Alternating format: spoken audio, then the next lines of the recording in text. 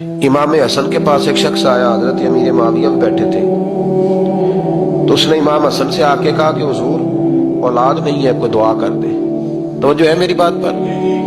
اب بھی لوگ پیروں کے پاس آتے ہیں نا، ماشاءاللہ سے، اللہ خیر فرمائے، تو پیر صاحب اگر وظیفہ بتائیں تو وظیفہ چونکہ پڑھنا پڑتا ہے وہ کام مشکل ہے۔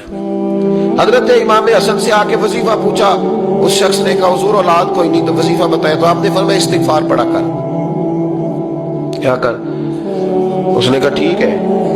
تو حضور پھر میں دوبارہ کب آؤں؟ تو امام حسن کہنے لگے بے اولاد ہے نا تو استغفار کا وظیفہ بتایا نا؟ کہا ہاں۔ فرمانے لگے اب اس وقت آنا جب اللہ تجھے 10 بیٹے عطا کرے گا۔ کتنے؟ 2 4 نہیں، 10 ہی کہہ دیے۔ تو حضرت امیر معاویہ رضی اللہ تعالیٰ دیکھا، کہنے لگے حسن اتنا بڑا دعویٰ؟ آپ فرمانے لگے میں نے کہہ دیا نا، تو اللہ فضل کرے گا۔ ہاں ہاں اللہ خیر کرے گا، خیر ہو جائے گی۔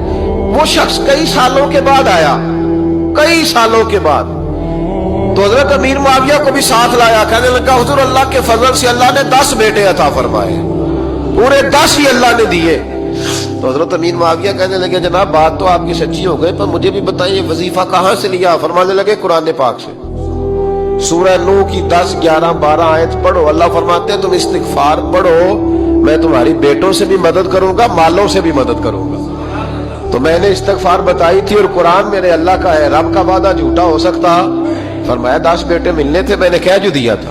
اور میرے بھائیوں یاد رکھیں، استغفار اللہ کی رحمت نازل کر